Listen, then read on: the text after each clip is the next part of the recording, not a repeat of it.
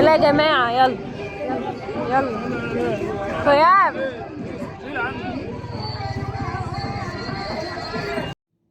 أيام قليلة وتبدأ أجمل 30 يوم في السنة.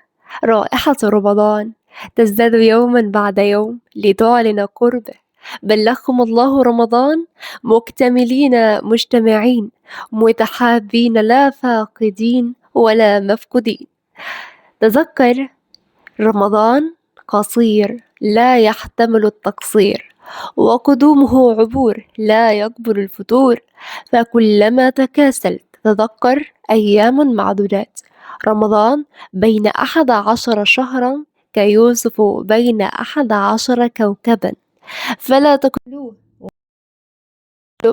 ولا تبعوه بالثمن بخس، بل أكرموا مثواه، فعسى أن نتخذه شفيعا لنا. وأجمل وصف هو وصف ابن الجوزي حينما قال: رمضان بين الشهور كيوسف بين إخوته. فكما أن يوسف أحب الأولاد إلى يعقوب، كذلك رمضان أحب الشهور إلى علام الغيوب. اللهم بلغنا رمضان. السلام عليكم ورحمة الله وبركاته. ازيكم عاملين ايه؟ ان شاء الله كل اموركم كلها تمام وبصحة وبسعادة دايما يا رب. رب اشرح لي صدري ويسر لي أمري واحلل عقدة من لساني يفقه قولي. حيانا الله وحياكم، وجعل الجنة مسوانا ومسواكم ومأوانا ومأواكم. مساء السكر والسعادة على أحلى خوات في الدنيا، حبايبنا واخواتنا وعيلتنا التانية. أتمنى الفيديو يعجبكم، متنسوش اللايك واشتراك بالقناة. النهاردة يعني بصوا الفيديو ده فيديو الحماس، يعني احنا بصوا اليوم ده احنا بنستناه يعني من السنة للسنة، بنستنى الشهر ده بكل حماس. ويعني احنا بصوا احنا بنستعد ليه بقى ازاي بقى. احنا كمصريين احنا بنعمل زينة رمضان وبقى مزينين الشوارع ومزينين البيوت، كل حاجة بتكون متزينة كأنها عيد. فدي حاجة أساسية عندنا، وعارفة إن مصر الوحيدة اللي بتعمل الاحتفالات والزينة والحاجات دي، يعني مش موجود في أي بلد تانية. فاللي يقولك عشان كده يقولك ايه، رمضان في مصر حاجة تانية. يعني رمضان تحسيه كده في مصر يعني جمال جمال جمال. كل سنة وانتم طيبين، ينال عليكم الأيام كلها بخير وبيمن وبالبركات. أول حاجة كده، أنا كنت أصلا كان عندي محاضرات، وقابلت ماما وبابا ونروح مع بعضنا كده نجيب حاجة رمضان، اللي هو نجهز رمضان وتجهيزات رمضان سوا مع بعضنا. انتوا عارفين احنا كمصريين التجهيزات رمضان بتاعتنا مش مقتصرة على المطبخ والتوابل ولا كده. لا، ده احنا هنجيب بقى زينة رمضان وفوانيس وحاجات حلوة زي حلوة. يعني انا اعرف ان رمضان في مصر حاجة تانية، والسر في التفاصيل على رأي حسين الجسمي. اهو.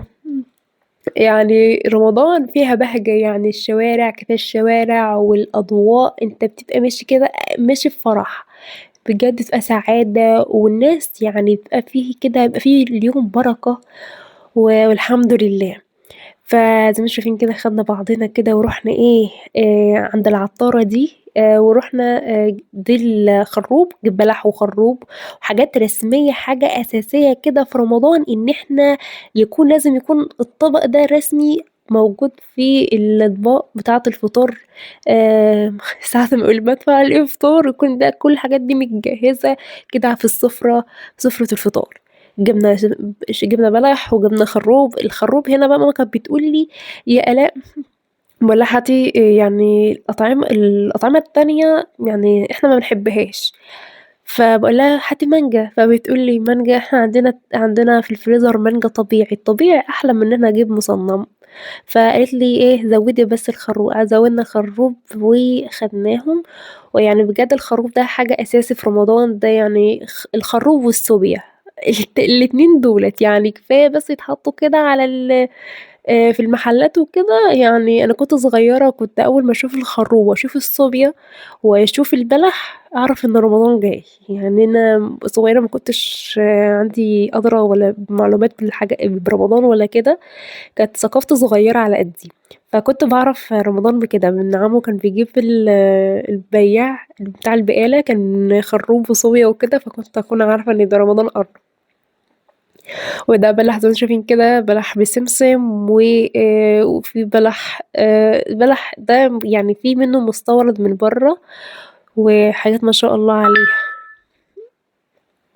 فكل سنة وأنتم طيبين، ينال عليكم الأيام بخير، وربنا يعينكم على صيام رمضان، وربنا يجزيكم خير ويصلح حالكم ويشرح لكم صدوركم كده، اللهم آمين، اللهم تقبل. هنا بقى ماما قعدت، أمّا بابا يروح يجيب الطلبات من جوّه بقية التوابل وكده، وإحنا أخدنا بعضنا كده ورُحنا كل ده كان في نفس الشارع، يعني وإحنا ماشيين كده بنقابل عطّارة، بس اسم الشارع إيه أنا مش عارفة عشان إيه هتلاقي حد بيسألني، أنا مش عارفة اسم الشارع صراحة، هو شارع طويل كلّه عطارة.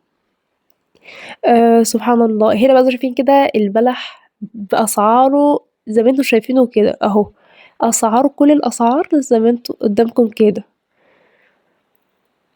هنا البلح ده بابا إحنا بنجيب البلح ده بنحطه في اللبن، أمّا البلح الطري ده فلوحده، فده إحنا بنختار الحاجة اللي إحنا نحطها بقى في اللبن وكده.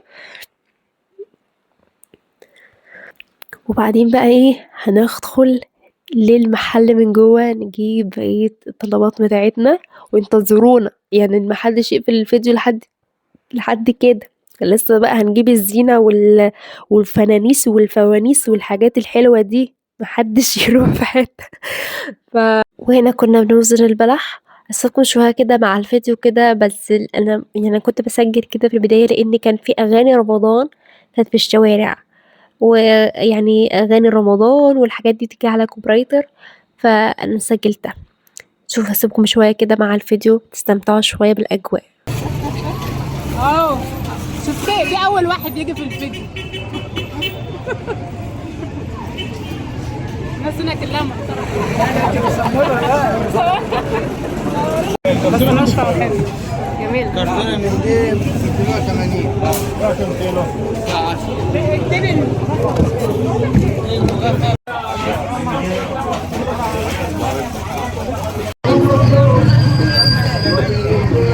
رمضان كريم وكل سنة وانتم طيبين. ولع. وهنا في الطريق إلى محل القهوة، بابا بيقول لي في الوقت ده القهوة ممنوعة عليكِ يا آلاء، أنا هاجيب القهوة ممنوعة عليكِ علشان ما تتعبيش، لإن عندِك الأنيميا يعني الحديد عندِك 5/50 يعني ما فيش حاجة، يعني احمدي ربِّك إن أنتِ لسه عايشة. والله لسه قايل لي الكلمة دي النهارده كمان. فممنوع القهوة، ممنوع الكافيين، فهنا بقى يلا عشان عندك الحديد 5/50. قليل شوية. جبنا البن ويلا بينا هنروح البيت. بصراحة لأ مش هنروح البيت كده، لأ ده إحنا لسه هنكمل مشوار، ده دي أول بداية المشوار. يلا بينا سريع.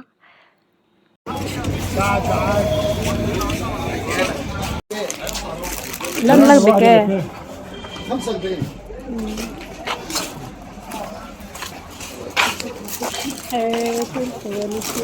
الدولة الوحيدة اللي بتهتم بالفوانيس يا مصر.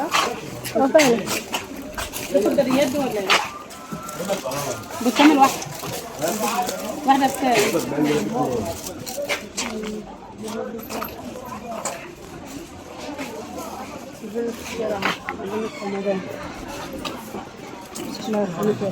انتوا كتبتوا زي البس. استنى ده عاملة ازاي؟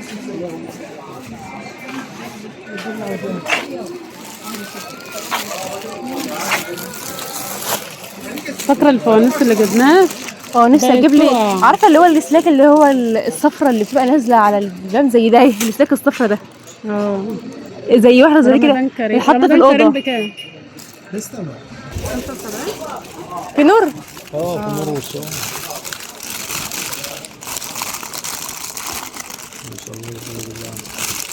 ما عارفين عشان ما حدش يبوظ بينور اهو.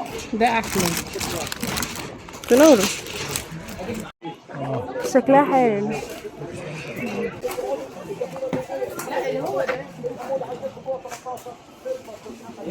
لا ما جد شكلهم حلوين.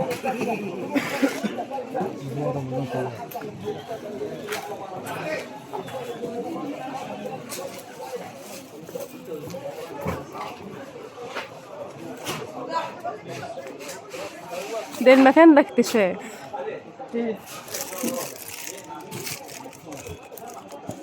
ده ميداليات. دي بتنور، بص دي بتنور. علم تحفة. رمضان قريب. شوفي ده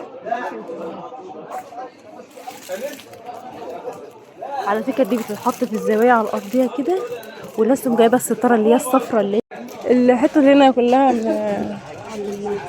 الزينة.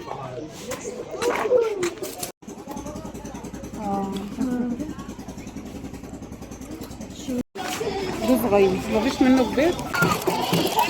ماشي. بصي كده ماما كده بس.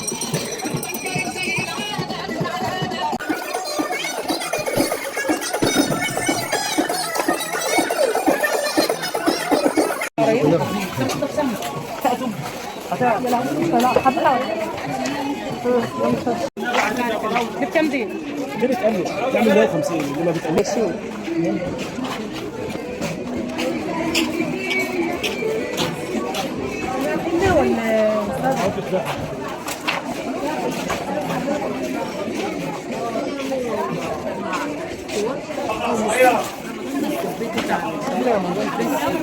استقرت على اللي في البلد. ماما خدوهم خلصوهم والله. وده بكام ده بقى؟ دي جميلة. هاخد الهلال فين؟ مش هاخد لا رمضان كريم. معلقه زينة رمضان. الهلال ده والهلال ده 30 دهب لازوردي. دول حلوين. ما بنحبش الحاجات الرخيصة، ما بنحب الحاجات الكبيرة اللي زي دي. ده بقى شوفوا كل ما تمشي في حتة تلاقي ده. ده باين فالصو. لا الدهب اللي معاه ده واحدة ب 100 جنيه واحدة، معايا 12 واحدة.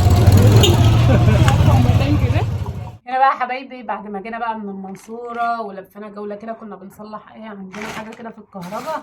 بقول لكم بقى الحاجات طبعا دي جزء من المشتريات، يعني لسه بقى في مشتريات تانية كتير. اول حاجة كده جبناها وكان عاوزة اجيبها من زمان، كنت عايزة اجيب سجادة للمطبخ بدل القياس بقى، القياس الولاد حطوه في الشمس بقى بيحط حاجات كده في الارضية، فجبنا الحافظة دي. بس تصدقوا بعد ما جبتها لقيت رانيا اختي جايبة نفس الشكل ده وبزيادة. كان فيها اشكال كتير بس الشكل ده اللي احنا جبناه اخترناه. طبعا لسه بقى نعمل معاكم روتين في المطبخ، وان شاء الله يبقى روتين قوي جدا جدا جدا. يعني بس احنا بنمهد بقى للحاجات. لسه ناقصني حاجات كتير في المطبخ ان شاء الله، ربنا بعون الله نجيب. كنت جايبه القماشه دي السنه اللي فاتت وانا بجيب الكسوه اللي هو التنجيد بتاع الركنه، كنت جايبه ديت وما استعملتهاش خالص. مش عارفه بقى ديت لما جيت افردها لقيتها صغيره، يعني حوالي مترين بس او حاجه، مش عارفه هعمل بيها ايه بصراحه. هي موجوده بس مش عارفه هعمل بيها ايه. طبعا هنا بقى جبنا الليد بتاع المطبخ، ده اهم حاجه في الموضوع كله. اهم حاجه الليد بتاع المطبخ، علشان طبعا لسه هنرصه ولسه بقى هنظبطه، وده الليد بتاعه كل حاجه كده بتشتها. بس احنا جايبين السلك بتاع الليد ده بالنظر كده، يعني احنا ما قسناش، مش عارفه هيكفي ولا هنحتاج عليه. طبعا جبنا الليد اهو. وجبت بقى حاجة تانية خالص كنت عايزة اجيبها برضو السنة اللي فاتت، لكن ما كانش رمضان جه علينا واحنا لسه ما عملناش اصلا الخضريات. ما عملناش اساسا الخضريات. جبت بقى خضريات رمضان الجميلة دي، جايباه قماش هيتفصل، لسه هفصله لان جايباه قماش اللي هو القطيفة، يعني الخامة ديت بالمتر جايبينه يعني بالخضرية كده، بتجيبي الخضرية لها سعر. يعني شوفوا جايبين بقى فانوس اسمه فنانيسه ولا مش عارفه اسمه بصراحه، يعني ولادي هم اللي عارفين. جايبين بقى الاشكال بقى اللي هي اشكال رمضانيه وخامه، يعني ان انت اصلا تبقى كسوه للخضريات وفي نفس الوقت تغسليها وتظبطيها والكلام ده كله. يعني ان شاء الله كل ده بقى هيروح بقى للخياط، وهنساله بقى على الفرش اللي انتوا بتسالونا عليه دوت بقى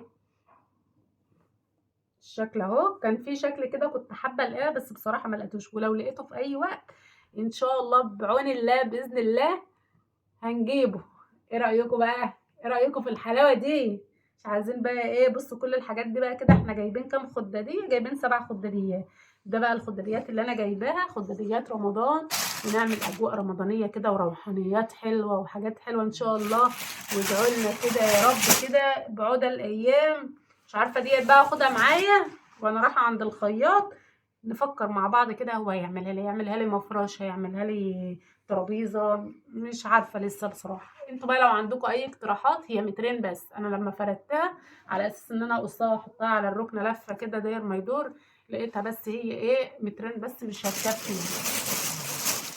ده اللي انا جبته طبعا ايه. واحنا كنا هناك ما كانش ينفع، مش عارفه انا هفتح كده عشوائي في حاجات هنا كده ايه مش عارفه. فان يعني انا لسه برضو يعني كل ما تنزلوا المنصوره مش لازم تجيبوا كل حاجتك مره واحده، علشان طبعا الشيله والمواصلات وكده. ده قمر الدين تمر هندي، ده تمر هندي، ده تمر هندي، ده بنبل في الميه بقى طبعا. ده بقى خروب. بودرة. احنا بنحب الخروب، ولادي بيحبوه، بيحبوا يجيبوا الخروب اللي هو البواكي ده. كان في برتقان وكان في مانجا وكان في نكهات تانية، لكن انا بعد ما جبنا المانجا والبرتقان اصبر يا سيف، بعد ما جبنا المانجا والحاجات دي قلت لهم طب احنا نجيب مانجا ليه واحنا اصلا عندنا مانجا متخزنه في الفريزر، المانجا طبيعيه. وعندنا احنا دلوقتي في موسم الفراوله موجوده، وكمان في موسم البرتقال موجود. يبقى ملوش لازمه بقى ان انت تجيبي اي حاجات فيها مواد حافظه، انت تجيبي الحاجه اللي انت بتحبيها ومش هتبقى موجوده، زي مثلا تمر هندي، زي مثلا الخروب، قمر الدين. الحاجات اللي هي ايه مش موجوده تجيبيها، لكن الحاجات اللي هي اصلا موجوده وطبيعيه خليكي في الطبيعي افضل واحسن. يعني خصوصا ان احنا ايه صايمين. انا جايبه حاجات كده بسيطه على القد، يعني لسه برضك ما جبتش كل المشتريات، يعني جايبه كده ايه حاجات بسيطه بس بنجيب المهم. باينه. هنا بقى جبت البهارات، برضو ما جبتش البهارات اللي هي الواو بقى اللي انت تجيبي شنط رمضان كده بهارات ومشروبات والكلام ده كله. والله العظيم يا جماعه احنا في رمضان ما بنستخدمش الكميات دي كلها. يعني انت بتستخدمي الحاجه بس ريحه البهارات اللي انا جايباها خطيره. جايبه بهارات، انا جايبه بهارات اكتر من كده اهو. بقول خطير. جايبه بصوا، جايبه هنا ايه قرفه خشب، وجايبه ديت بهارات المشاوي على الفحم. جايبه هنا ايه فلفل اسود، جايبه كمون، جايبه مكعب مرق الدجاج. طبعا بنستعمله بقى في وقت الشوربه، في الحاجات اللي هي بتاعت حاجات معينه كده، مش في كل الاكلات برضه. جايبه شطه سداني، شطه حاميه كده. ديت طبعا معروف لنا هتحطها فين بتاع المشي. طبعا هنا جايبه كزبره ناشفه مطحونه عشان بقى الملوخيه بقى والطشات الملوخيه والحركات الحلوه دي. هنا بقى جايبه كركم اللي هو ده كركم اهو عشان الكبسه بقى واللازم منه والحاجات الجميله دي. بقى سماق مش عارفه ليه السماق لما حطيته في بتاعه البهارات كانت يعني اتكتلت كده، مش عارفه انا اسيبها في الكيس بتاعها زي ما السماق ده بتحط مع البطاطس المهروسه. ما علينا. جبت كمان كبابه صيني، جبت هنا كمان دي شطه متوصيه بالشطه قوي يعني. لا ما هي دي بقى تتحط في المشي، ودي الاستعمال البيتي يعني المحشي. عندك هنا كيس شطه جوه، مش مشكله مش بخساره يعني. وانا عندي بهارات جوه برضه. دوت بقى جوز الطيب. هنا بقى جبنا ايه كمان يا بنتي يا لبنى، ديت بابريكا مدخنه. هنا بقى ديت تاني مره اجيبها وما احطهاش، ديت دنكار اللي هو ايه قتال السوس او الدود او اي حاجه بتاع المش. انا كنت جايبها قبل كده وما حطيتوش وسافرت، فقلت بدل ايه ما اجي اقعد ادور وما الاقوش، فجبت بقى علشان ان شاء الله نحط الجبنه في المش بقى الايام دي. وكمان هنا جبت فحم، بما ان لبنى بقى جايه اولاد كده جايبه شايله ومشيله بقى وجايبه بقى مبخره والدنيا ايه كله فل وعشرة، فجبت بقى ايه فحم علشان ايه عشان البخور، عشان نتبخر كده من العين جبت بقى ديت ورق فوم علشان نعمل ايه دي للاكلات. يعني عايزين للاكل بقى نعمل بقى نبدع ان شاء الله، نبدع بقى. ده بلح انا بحب البلح دوت وقت الفطار باللبن. يعني بحب التمر باللبن، بحب اكسره كده واحط اللبن دافي واحط عليه قبل الفطار اكله كده في قرمشه، ما تحطلوش سكر ولا اي حاجه. بحبه جدا جدا وبرتاح في اكله بصراحه بالطريقه دي. الرسول كان باكل التمر مع اللبن. فانا بحبه يعني ايه. نعيد بقى الحاجه بتاعت رمضان بقى اللي هي ايه، طبعا مش هنستعملها دلوقتي كلها خلاص يعني. هل يا لبنى انت كده بقى جبت حاجه رمضان؟ بصوا يا جماعه، انا البهارات ديت ممكن تكفيني رمضان يعني الحمد لله. المشروبات زي ما قلت لكم انا عندي مانجا في الثلاجه وكمان في الفريزر، ودلوقتي في موسم البرتقال وموجود الفراوله وموجود الحمد لله خير ربنا. الحاجه كلها طبيعيه. طبعا انا كنت مخزنه بسله، وطبعا مخزنه فراخ وحاجات دي كلها. كنت جايبه فراخ ومخزناها قبل ما اسافر علشان طبعا بيتي وانا ماشيه ولادي ما يحتاجوش حاجه من بره الحمد لله. دي لسه جبت قراصية يا ولاد. روي زغرتي يا ولاد، من اين لك هذا يا لبنى؟ وجبت كمان مشمشية، وجبت ده بقى يبقى شفشق اول يوم رمضان. جبت بقى تين مجفف، ده يبقى اول شفشق رمضان، جايبه على قد الشفشق بس. اللهم زدنا من نعيمه اللهم امين. وهنا بقى يا ولاد طبعا الليد ده لسه هنعمله ان شاء الله معاكم. وكمان ديت السجاده دي جايباها للمطبخ. هي حافظة سجاد كده، هي مش غالية يعني، تمنها حلو وسعرها حلو، فقلنا ايه نجيب حاجة كده للمطبخ احسن من القياس، علشان بنفكر نقعد نفطر. ونجرب الليد ده. الليد ده ما جربناهوش، بس نجربه. بقول له ايه اعمل لك له عازل ولا بلاش؟ قام بقول له لا بلاش، خليه كده من غير عازل. عاوزين يخلصوا مني يا ابو زيد كده، يا ابو زيد عايز تخلص بدري بدري كده. هنستغنى عنك يا ام زياد. اللهم صل على النبي. المفروض كنا جبناها يا ابو زيد 3 3 لا دي اضاءة واحدة. حلو. كده هو ابيض، احنا جايبينه ابيض بس. ما علينا. ان شاء الله بقى لسه هنركب الليد ده. الليد دوت بقى ايه هنركبه في المطبخ ان شاء الله. له اماكن كده احنا عارفين احنا هنحطه فين. والخضريات طبعا هنوديها تتفصل عند المعلم ابراهيم. والبهارات بتاعتنا ما جبتش حاجه اكتر من كده. لا كنت جايبه بقى وانا جايه اللي هو اللهلوبه. طبعا كتير قوي يقول لك يعني ايه اللهلوبه، اللي احنا بنغسل بقى حاجات كده بننضف بقى الدهون، وينفع للألمونيا وينفع للبقع في الهدوم. الحاجات دي كل سنه وانتم طيبين يا ولاد، ويا رب كده يبعد علينا الايام. يلا يا ولاد ايه اترككم في رعايه الله وحفظه، والسلام عليكم ورحمه الله وبركاته. انتظروا مننا كل جديد وفيديوهات جديده. يا عز واجمل اخوات في الدنيا.